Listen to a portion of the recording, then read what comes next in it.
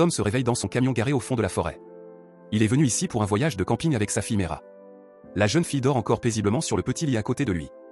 Dehors, la pluie commence à tomber, et Tom se rendort doucement au rythme régulier des gouttes frappant le toit. Lorsqu'il ouvre les yeux à nouveau, la panique le submerge. Mera a disparu. Le lit est vide, son cœur s'emballe. Il saute du camion et commence à la chercher dans l'obscurité. Il crie son nom, mais aucune réponse. La jeune fille est introuvable. Soudain, une femme terrifiée court vers lui, criant qu'il doit fuir. Tom n'a aucune idée de ce qui se passe. Il essaie de lui parler, mais avant qu'il ne puisse dire un mot, un groupe de gens enragés l'attaque. Ils la mordent, propageant une sorte d'infection. Choqué, Tom tente de venir en aide à l'étrangère, mais il est déjà trop tard. Sous ses yeux, la femme se transforme en zombie. Désormais, ces mêmes créatures se tournent vers Tom. Il est forcé de se battre, et au milieu du chaos, Mera apparaît. Terrifiée, la jeune fille regarde son père affronter les monstres. Tom lui crie de s'enfuir. Mera s'enfonce plus profondément dans la forêt tandis que son père lutte contre les zombies. Finalement, il parvient à regagner son camion et grimpe à l'intérieur. Depuis le toit, Tom aperçoit un spectacle terrifiant, une horde entière de personnes infectées l'entoure, déterminées à l'atteindre à tout prix. L'histoire revient quelques jours plus tôt. Tom répare son camion dans l'allée pendant que Mera discute avec sa mère Naomi de son séjour au camp des scouts, fier d'annoncer qu'il ne lui reste qu'une activité à terminer. Tom se plaint de payer pour un camp où les enfants font des choses inutiles. Il se souvient que lorsqu'il était scout, ils apprenaient des choses pratiques, comment allumer un feu ou envoyer des messages en code morse. Il ricane, demandant comment la cueillette de fleurs peut aider quelqu'un à survivre dans les bois. Mera répond qu'elle ne compte pas se perdre dans la forêt, et il rétorque que dans ce cas, elle n'est pas une vraie scout. Blessée, Mera proteste et s'enfuit dans sa chambre. En colère, Naomi suit son mari pour réconforter leur fille. Ce soir-là, Tom s'excuse auprès de sa femme, reconnaissant qu'il n'aurait pas dû parler ainsi à Mera. Naomi lui rappelle que leur fille grandit, qu'elle change, et le pousse à passer plus de temps avec elle. Tom propose d'emmener Mera au cinéma, mais Naomi secoue la tête. Elle lui dit plutôt de l'emmener camper pour le week-end. D'abord, Tom refuse. Il a prévu de retrouver ses amis mais Naomi insiste, l'avertissant que s'il ne trouve pas du temps pour Mera maintenant, elle n'en trouvera pas pour lui plus tard. Réalisant qu'elle ne cédera pas, Tom accepte à contre-cœur de passer le week-end avec sa fille. Le lendemain matin, père et fille prennent la route.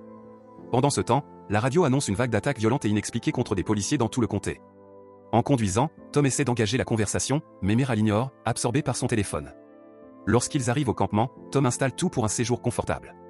Il propose de faire une randonnée ou d'aller pêcher, mais Mera, toujours fixée sur son écran, dit qu'elle n'est pas intéressée et qu'elle préfère jouer à des jeux vidéo plutôt qu'explorer la nature. Après un moment, ils partent enfin marcher dans la forêt. Tom espère que ce temps ensemble les rapprochera, mais après environ 1 heure, Mera dit qu'elle est fatiguée et veut rentrer à la maison.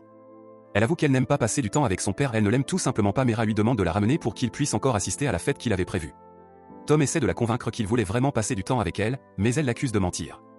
Finalement, Tom propose un compromis, ils passeront une nuit au campement, et si le lendemain matin elle veut toujours partir, ils rentreront. Mera accepte à contre-cœur. Ils continuent de marcher dans la forêt, et peu à peu, Mera commence à montrer un réel intérêt pour la nature qui les entoure.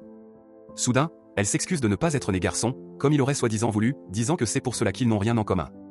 Tom insiste en disant que ce n'est pas vrai, mais avant qu'il ne puisse ajouter un mot, une femme apparaît et les invite à se joindre à son groupe autour du feu de camp. Tom et Mera s'approchent et rejoignent les autres campeurs venus, eux aussi, passer le week-end en plein air. La jeune fille commence à discuter avec les autres enfants, et il semble qu'elle commence enfin à apprécier le séjour. Le soir venu, ils retournent à leur camion. Tom lit un livre pour passer le temps, tandis que Mera replonge dans son téléphone. La pluie se met à tomber. La jeune fille demande si la petite tortue qu'elle a trouvée sous un arbre sur le chemin du retour va s'en sortir. Tom la rassure en lui disant que les tortues adorent l'eau. Puis, sans prévenir, Mera lui avoue qu'elle aime le garçon avec qui elle a parlé près du feu, mais qu'elle n'est pas sûre qu'il l'apprécie en retour. Surpris par l'honnêteté de sa fille, Tom lui répond que si ce garçon ne l'aime pas, alors il ne la mérite pas, et qu'elle ne devrait pas perdre une seule pensée pour lui. Un peu plus tard, Tom sort vérifier que le camion est bien hermétique pour éviter que la pluie n'entre, puis il se couche pour dormir. L'histoire revient alors au présent. Les zombies encerclent le camion de tous côtés. Tom parvient de justesse à remonter sur le toit du véhicule, criant désespérément le nom de sa fille. Pris de panique, il rampe jusqu'à l'arrière du camion et charge son arme. Puis il sort et commence à tirer sur les infectés. Il en abat plusieurs, mais ses munitions s'épuisent rapidement. Tom tente de rentrer dans le camion. Il est sur le point de fermer la porte lorsqu'un zombie y glisse son bras. Il n'a pas d'autre choix que de saisir un couteau et de trancher le membre de la créature. Ensuite, Tom enroule des serviettes autour de ses bras et de ses jambes, sa seule protection contre les morsures. Il sort alors une échelle du camion pour distraire les zombies et se lance dans une course désespérée vers sa voiture. Tom court à toute vitesse, mais les morts-vivants se rapprochent de tous les côtés. Avec un effort surhumain, il parvient à se frayer un chemin et atteint enfin sa voiture.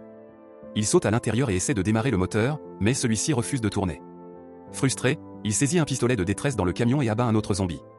En utilisant l'échelle, Tom remonte sur le toit du camion. Les infectés essaient de grimper, mais il les repousse et finit par jeter l'échelle au sol pour empêcher quiconque de monter.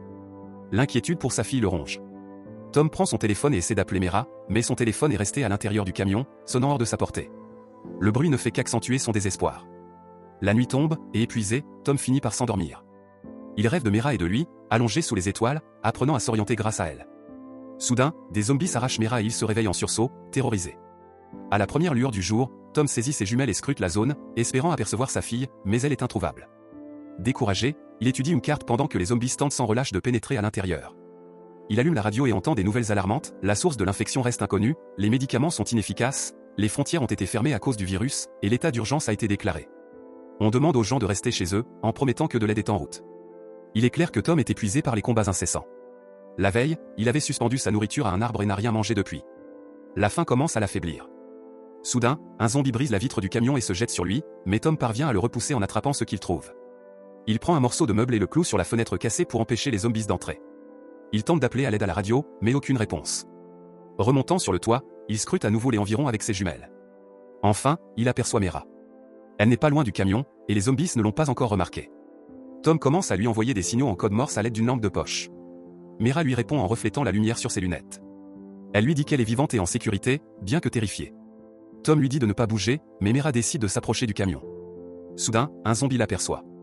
Toute la horde se met alors à courir vers elle. Tom crie à sa fille de fuir, puis saute du camion pour attirer les infectés vers lui.